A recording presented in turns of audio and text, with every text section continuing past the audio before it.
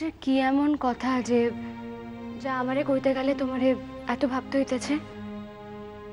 তাছাড়া আমাকে ভিতর এখন কি এমন কথা বাকি আছে? কিরণ, মানে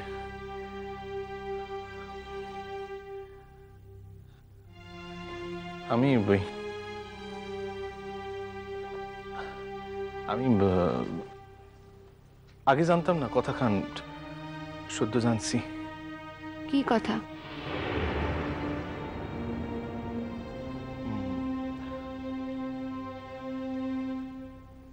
কথা খান শোনানোর পর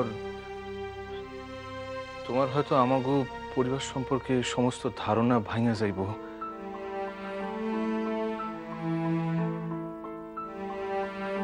হয়তো তুমি আমগো পর খুব... আচ্ছা, কামের কথাখান কইবা নাকি শুধু আজুরের কথা কইয়া যাইবা? আমার হাতে কিন্তু বেশি সময় নেই। আমার সম্মুখে হাজার খান কাম পইরা আছে, আর কাম সেরা হইয়া গেলে আমি একটু দাদা নিকট যাবো। দাদা শরীরখানা তো দিন দিন মন্দির দিকে যাইতেছে, কর্তার ওষুধেও কোনো কাম হইতেছে না।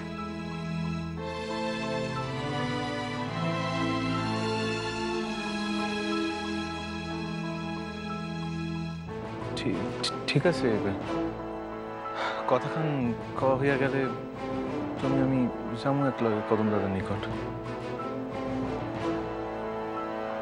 আচ্ছা বেশ,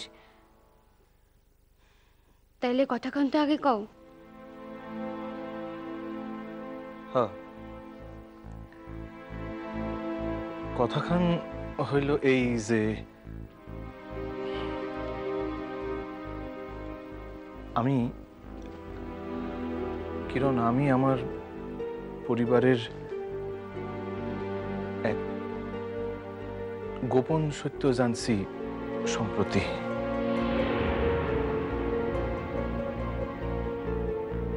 হাসতেছো তুমি? মালতী পিসির কথা?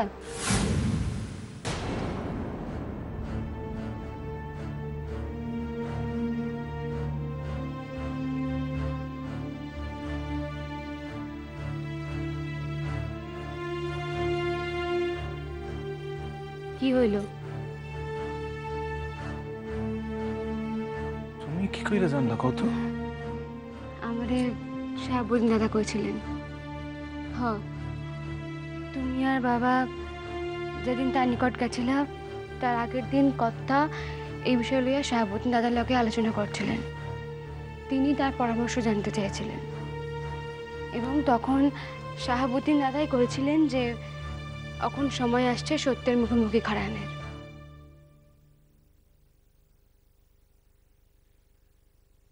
তার মানে তুমি...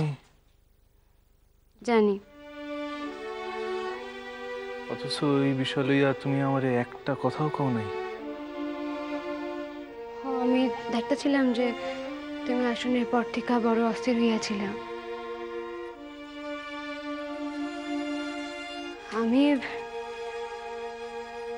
আমি তোমার একটু সময় দিতে চাইছিলাম। আমি কেন অস্থির হইয়াছিলাম তুমি জানো? জানি। কেন কও? তুমি আমারে কথাগুলি কইতে পারতেছ না বলেই অস্থির হইয়াছিল। ঠিক ধরছো, একেবারে ঠিক। এলিগে তো আমি তো জানি যে আমরা দুইজনই দুইজনের নিকট কোনো কথা গোপন রাখতে পারি না। কিরণ, এখন তোমার উপর সকল কিছু নির্ভর করতেছে। আমার উপর?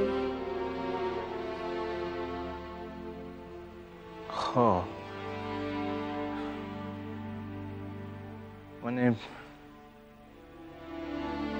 কিরণ, আইজ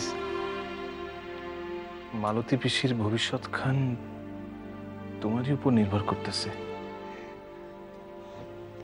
আমি কবে কি কইরা এত প্রয়োজনীয় হয়ে উঠলাম জানি না যে আমার উপর একজন মানুষের ভবিষ্যৎ নির্ভর করতেছে।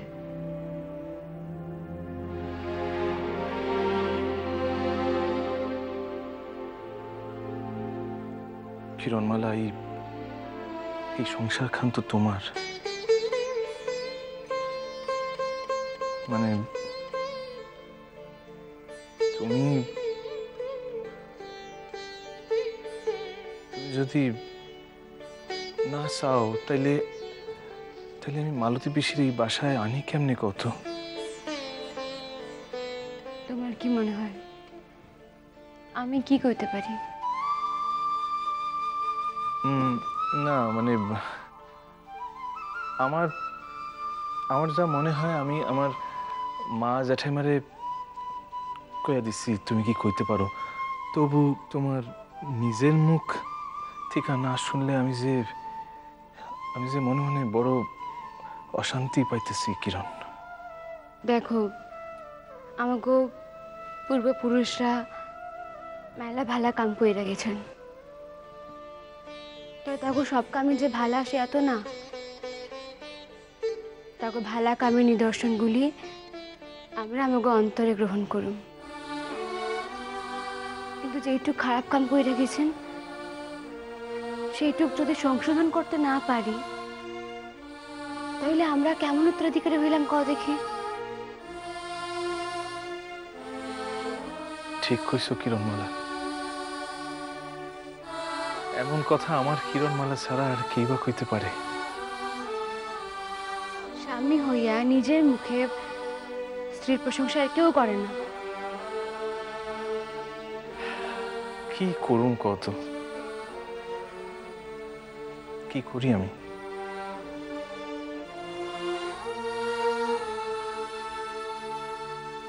তুমি যে আমার প্রশংসা করণের লাখানি বউ,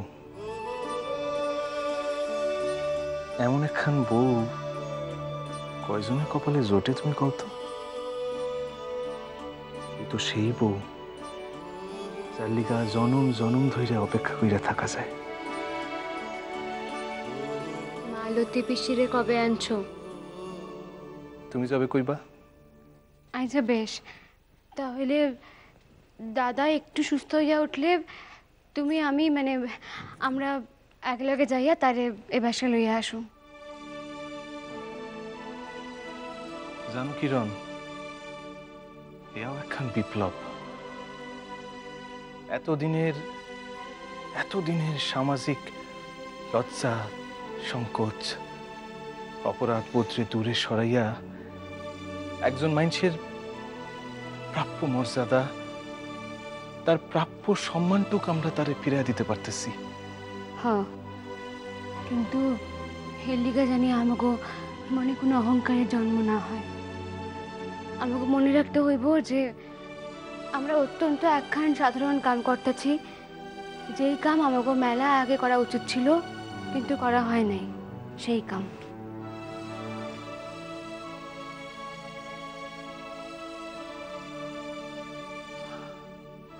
কিরণমালা, আমার কিরণমালা, কিরণমালা, চিরজীবন এইভাবে তুমি আমার সকল দোষ ত্রুটি সংশোধন কইরা দিবা কেমন? আমরা দুইজনের দোষ ত্রুটি সংশোধন করে পথ চললাম। হ, ঠিকই কইছো। তবে আমার বউ যে ভুল করতে পারে না। তুমি কি কইতে চাও? হ্যাঁ, তুমি আমার বর ভুল করতে পারে? আমি আমার বউয়ের কথা জানি, তোমার বরের কথা আমি কি কইরা কই কত? কিন্তু কিন্তু আমি তো আমার বরের কথা জানি, তার পক্ষে কোনো ভুল কাম করা সম্ভবই না।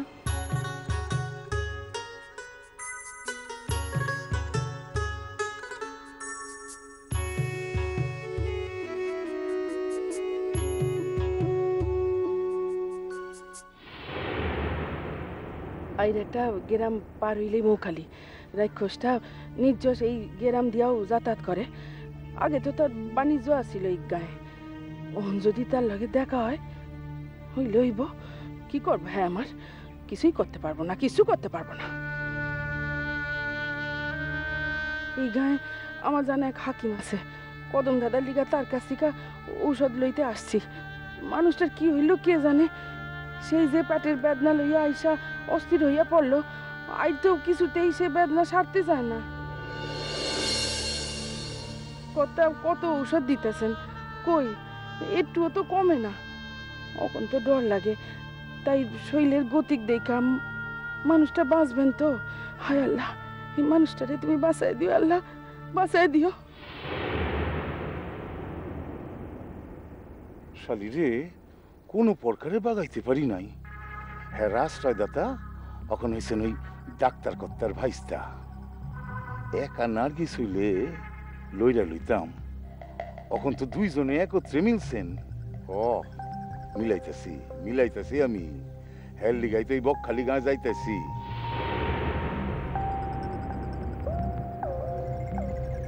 আচ্ছা, এই গায়ে মুরাদ সুজদা দুই ভাই আছে না?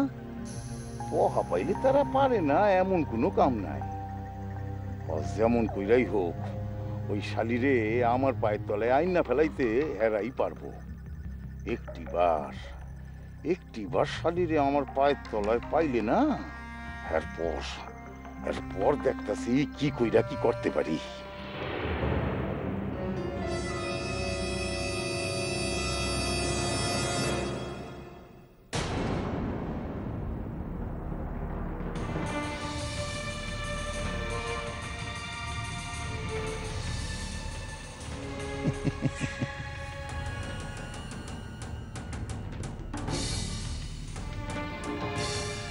ফিরোজা,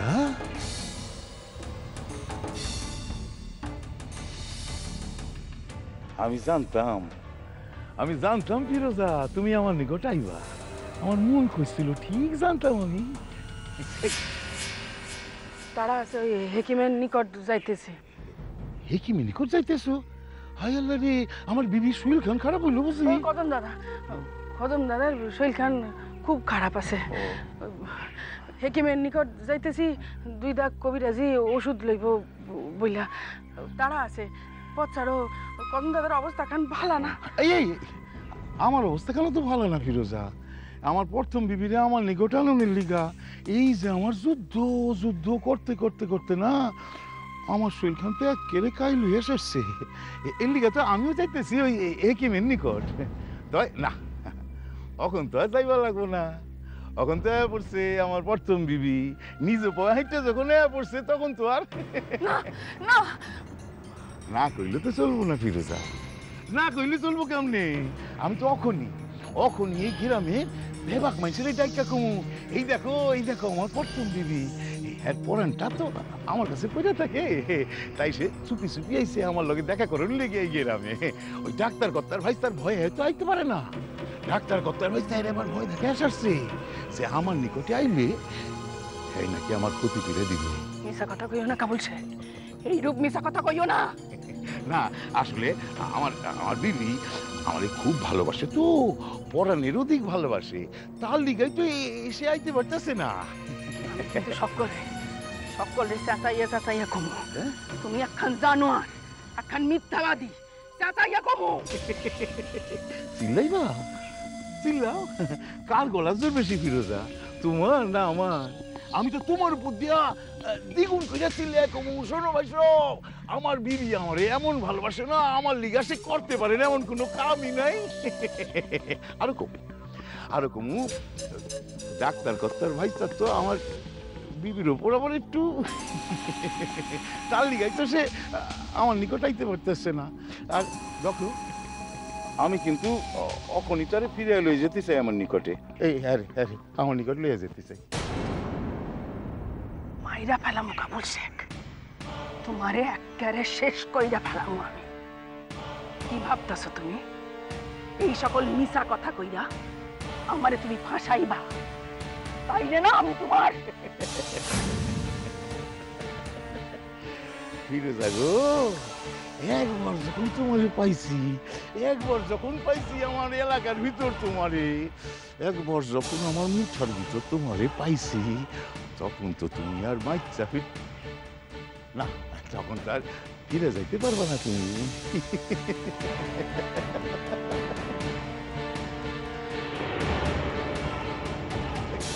ফিরোজা, ফিরোজা খারাপ করতেছে ফিরোজা।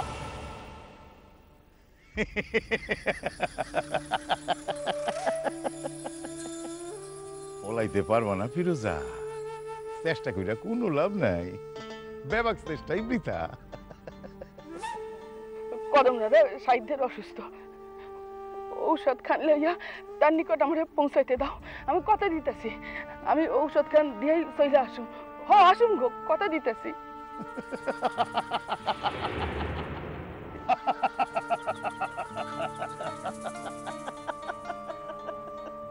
ফিরোজা, আচ্ছা তুমি আমার কি ভাবো কো দেখি, আমি পোলা পান, হ্যাঁ, হাত ঘুরাইলে নাড়ু দিবু, নাড়ু।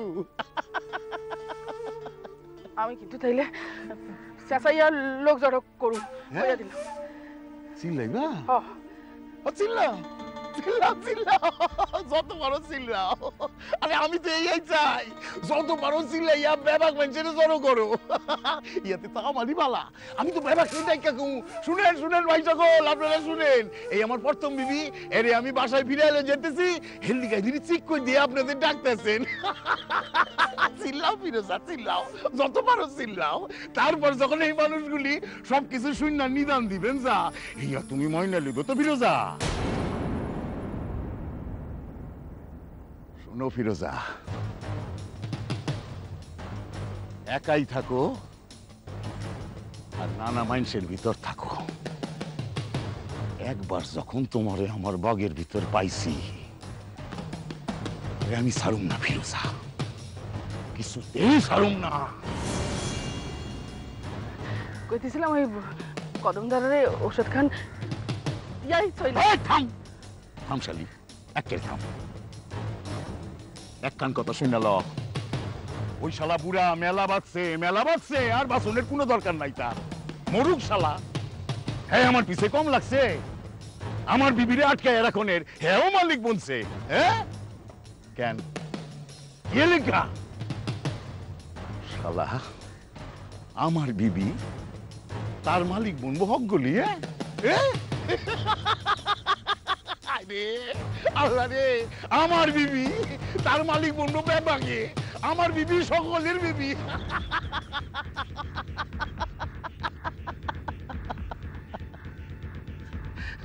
চুপ মারো কাবুল শেখ, কইতাছি একেবারে চুপ মারো।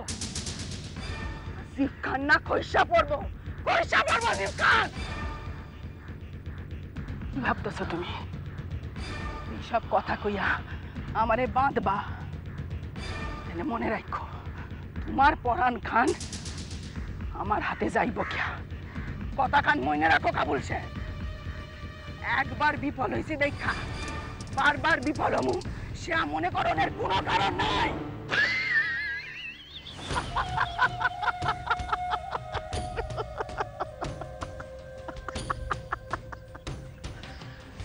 শুনছালি, ভালা করে কান খুলে শোন।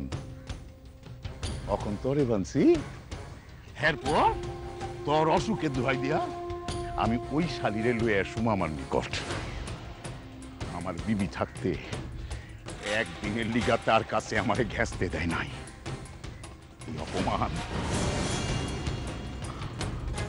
এই অপমান আমি কোনোদিনও বলুম না। খালি একদিনের লিগা হইলেও তার এই সতীত্বের কুমোর আমি ভাঙমি।